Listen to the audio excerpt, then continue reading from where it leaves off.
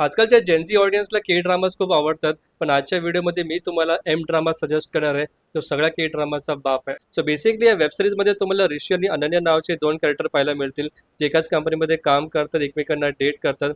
पण एक दिवशी कंपनीची HR no dating policy introduce करते.